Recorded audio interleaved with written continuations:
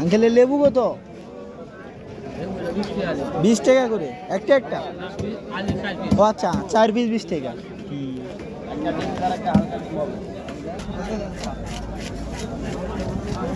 Glass cup.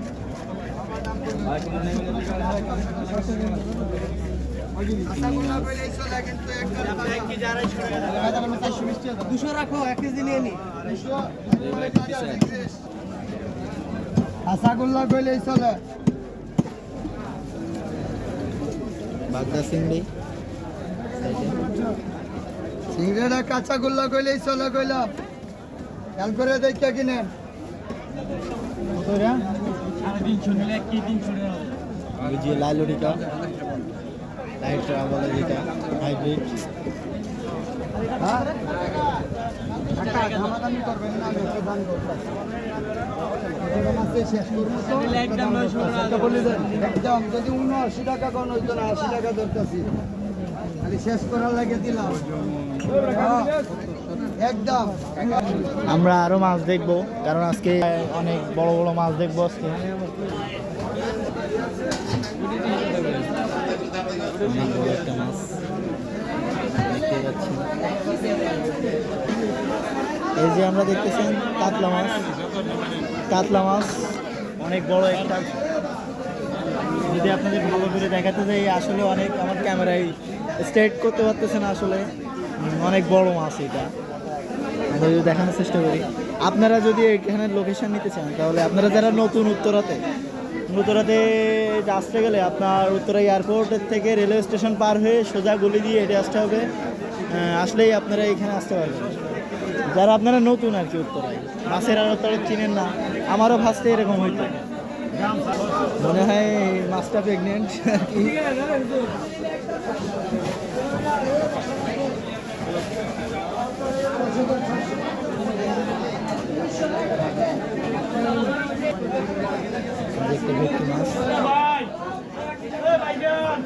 Uncle এটা কি বেলে মাছ?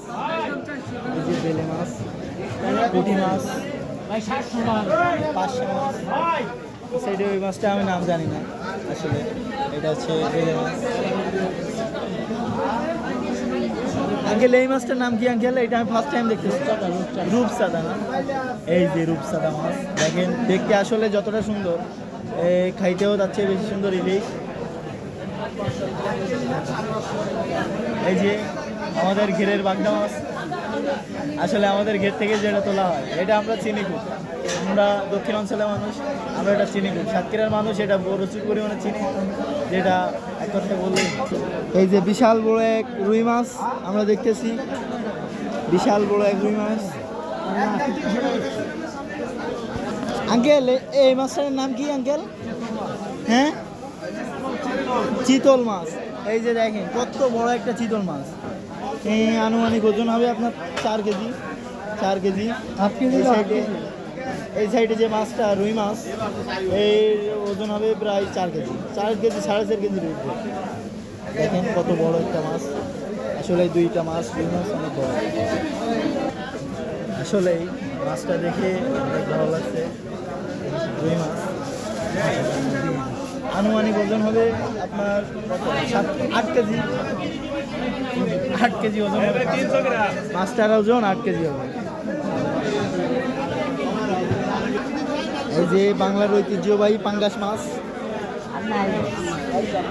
এই সাইডে বড় এক ভেটকি মাছ, এটা 4 কেজি 4.5 কেজি হবে। পাঙ্গাস মাছটা ওই রকম আপনার 5-6 কেজির মতো হবে।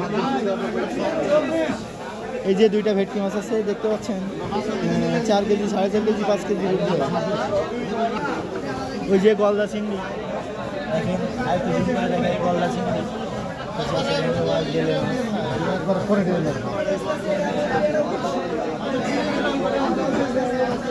আঙ্কেলে ভেটকি মাছটার ওজন কত হবে? 3 কেজি। 3 কেজি। হ্যাঁ, আসলে এটা যে অনুমান করছিলাম, আসলে অনুমানটা ঠিক। এটা 3 কেজি, এটা 5 কেজির মতন হবে হয়তো। মাই গড, দেখেন গাইস কত বড় একটা মাছ। ভাই এই মাছটার ওজন কত হতে পারে? 10 কেজি। ভাই 10 কেজি। হ্যাঁ, ও মাই গড, 10 কেজি। ও মাই গড, 10 কেজির মাছ। আসলে দেখতে যতটা ভয়ঙ্কর খাইতেও ভয়ঙ্কর এরকম স্বাদ লাগবে। যে নিবেন চলে আসেন।